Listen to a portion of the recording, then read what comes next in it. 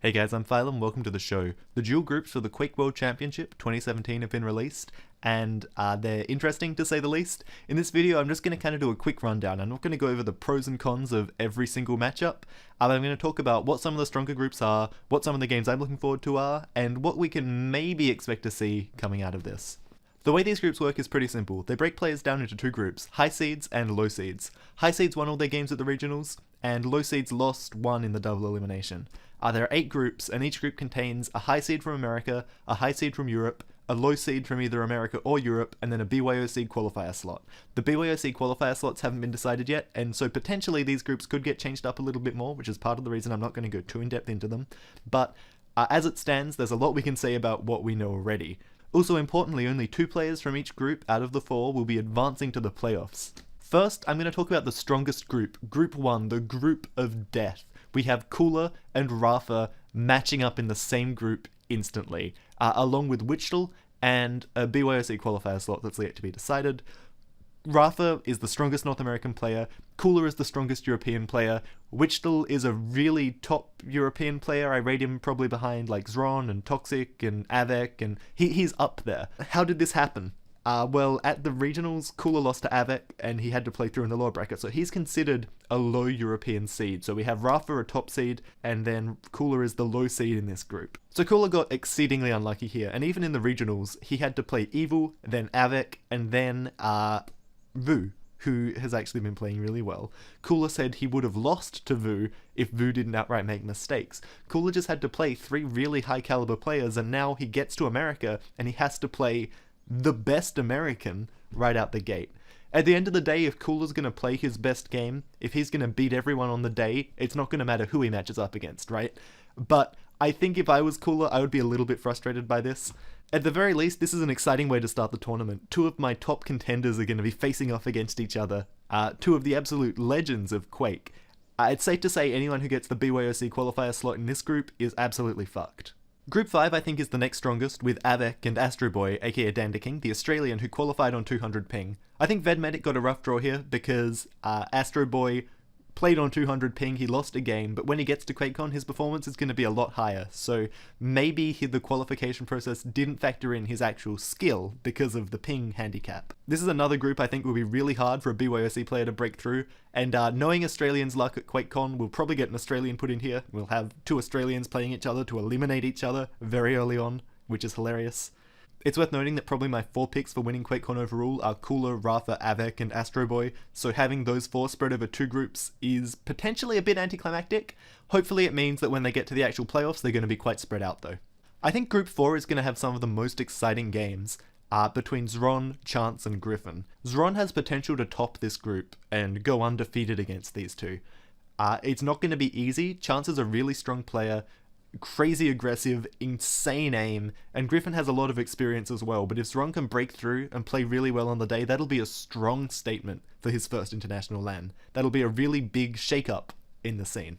I predict every game between these 3 is going to be close, and if we get a strong player from the BYOC, this could be the best group to watch on the day. Group 3 should have some interesting matchups with Vu, Claws, and one of the stronger North Americans, Waz.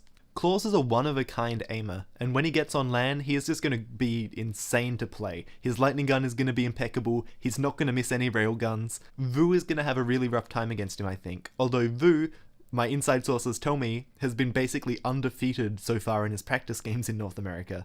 Vu is the best Anarchy player in the world. He is just so fast. And really great at abusing what at the moment seems a little bit broken potentially with Anarchy. Anarchy's hitboxes have been nerfed a little bit, they have been made a little bit bigger. It's difficult for me to predict how these light characters will be affected by the LAN.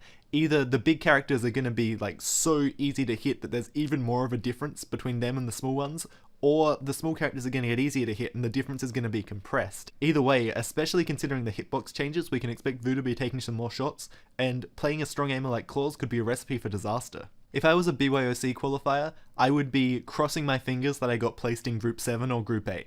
I think it's clear that Strengths and Tox will make it through these groups, but other than that, these are the ones that seem the widest open for having someone unexpected blast through. In Group 8, we are going to have a very important grudge match between Toxjq and Raisy. Raisy eliminated Toxjq from the regional qualifiers, and while I don't think Toxjq was playing very well on the day, he's going to have a lot to prove. If he loses to Raisy at QuakeCon, that's just going to be shattering for him.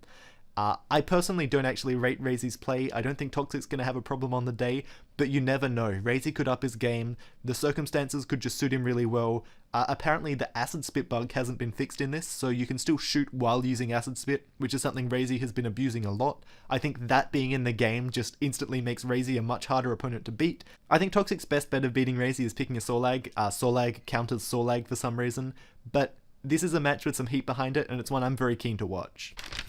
I feel bad for not mentioning groups 2 and 6 here because they have two of my favourite North American players in them, Dahang and Gelisak. I don't want to talk too much about these groups because I think they're wide open for being shaken up by a strong BYOC competitor being thrown in there, like Evil or Python or Phrase. Gelisak versus Kilson is going to be an exciting matchup, so is Dahang versus Noctis. These cross-regional clashes of very strong players are always very interesting to watch. I just want to say a few quick things about how badly shafted I think Cooler got by this whole process. Cooler eliminated Vu in the regionals, but if we look at their groups here, so Cooler has Rafa, the top European player, Witchel, a very strong European player, and Cooler, who I rate as the top European player. If we look at Vu's group, you have Waz, who is a strong North American player, but definitely not in the same caliber as Rafa.